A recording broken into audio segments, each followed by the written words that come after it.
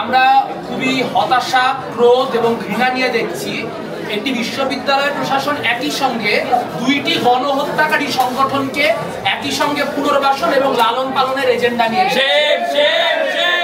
একদিকে আমরা যখন দেখছি সাবেক ছাত্রলীগার সাদিক কায়েম এবং এস.এম. ফরহাদের নেতৃত্বে ছাত্র শিবিরের আপনার সমন্বিত প্যানেল এখানে ফর্ম তুলছে, ঠিক একই সময় আমরা দেখছি যে জুলিয়াস সিজার তালুকদারের মতো মানুষ যারা কিনা আওয়ামী লীগ আমলে আপনার বিভিন্ন রকম নিপীড়নের সঙ্গে যুক্ত ছিল, এস.এম. হলের শিক্ষার্থীদের ত্রাস ছিল, আমাদের পাশে ইমিয়াপা দাঁড়িয়ে আছেন, ইমিয়াপাকে লাঞ্ছিত করার কাজ যিনি করেছেন সেই যে জুলিয়াস সিজার তালুকদার, সেই জুলিয়াস সিজার তালুকদারদেরকেও পুনর্বাসিত করার চেষ্টা চলছে।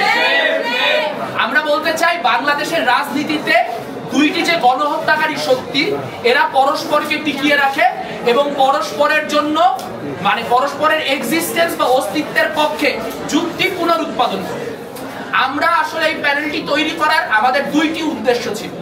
প্রথম উদ্দেশ্য হচ্ছে বাংলাদেশের নারী, বাংলাদেশের ধর্মীয় ও জাতিগত সংখ্যালঘু, বাংলাদেশের আদিবাসী, বাংলাদেশের প্রতিবন্ধী সহ যত প্রান্তিক জনগোষ্ঠী আছে তাদেরকে শুধু টোকেনিজমের জন্য নয়, বরং তাদের সংগ্রামের ভিত্তিতেই, তাদেরকে সমমর্যাদার ভিত্তিতেই সম্পৃক্ত করে একটি সর্বোচ্চ অন্তর্ভুক্তিমূলক প্যানেল তৈরি করা এবং সেই প্যানেলকে কেন্দ্র করে সামনের দিনে ৭১ ও ২৪-এর গণহত্যাকারী যে সকল শক্তি, সেই শক্তিগুলির বিরুদ্ধে সংঘবদ্ধ আন্দোলনে শিক্ষার্থীদের নেতৃত্ব দেওয়ার জন্য আমরা এই সমন্বিত প্যানেল তৈরি করেছি। আমরা খুবই আনন্দিত, আমরা খুবই আপ্লুত যে এই প্যানেলটি শুধুমাত্র বামপন্থীদের প্যানেল হিসেবে আসেনি, বরং তা বামপন্থী, গণতান্ত্রিক, উদারমনা সকল মানুষের প্রতিনিধিত্ব করতে পারে, সকল মানুষকে সম্পৃক্ত করতে পারে এরকম একটি গণহত্যা বিরোধী এবং ছাত্র বান্ধব প্যানেল হিসেবে আজ আমরা আত্মপ্রকাশ করি। যারা আসলে বিশ্ববিদ্যালয়ের শিক্ষার্থীদের গণতান্ত্রিক অধিকারে বিশ্বাস রাখে না, তারা বারংবার নানানভাবে সহিংসতা সৃষ্টির মধ্য দিয়ে বিশ্ববিদ্যালয়ের গণতান্ত্রিক প্রক্রিয়াকে ভুলুণ্ঠিত করতে চায়, কিন্তু সেই ভুলুণ্ঠিত হওয়ার যে প্রক্রিয়া, সেই প্রক্রিয়াকে আমরা সমন্বিতভাবে আটকে দিই। সেইটার প্রত্যয় নিয়ে, সেই দৃঢ়তা নিয়ে আজকে আমরা এই প্যানেল।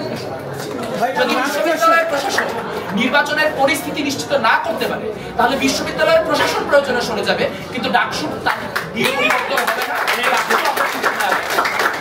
শুধু নির্বাচন কমিশন না, বিশ্ববিদ্যালয় প্রশাসনের আমরা ছাত্র শিবিরের প্রতি এক ধরনের অনুরক্তি এবং তাদেরকে বিভিন্নভাবে তাদের পক্ষপাত করার যে প্রবণতা, সে প্রবণতা স্পষ্ট। সে প্রবণতার কথা আমরা গণমাধ্যমগুলিতে আগেও বলেছি, কিন্তু সেই জন্য আমরা নির্বাচন থেকে পিছপা হব না। আমরা এই প্রতিবন্ধকতা সত্ত্বেও আমরা যারা বাংলাদেশের গণতান্ত্রিক শক্তি, তাদের কখনোই আমরা লেভেল প্লেইং ফিল্ড পাই নাই। এখানে যে টাকার ছড়াছড়ি, এখানে যে মাসেল পাওয়ারের ছড়াছড়ি, সেখানে আমরা তুচ্ছ নগণ্য, কিন্তু আমাদের কাছে জনগণের শক্তি আছে। আমরা সেই জনগণের শক্তিতে ক্ষমতায়িত হয়ে আমরা এই লড়াই লড়বো। আমরা আমাদের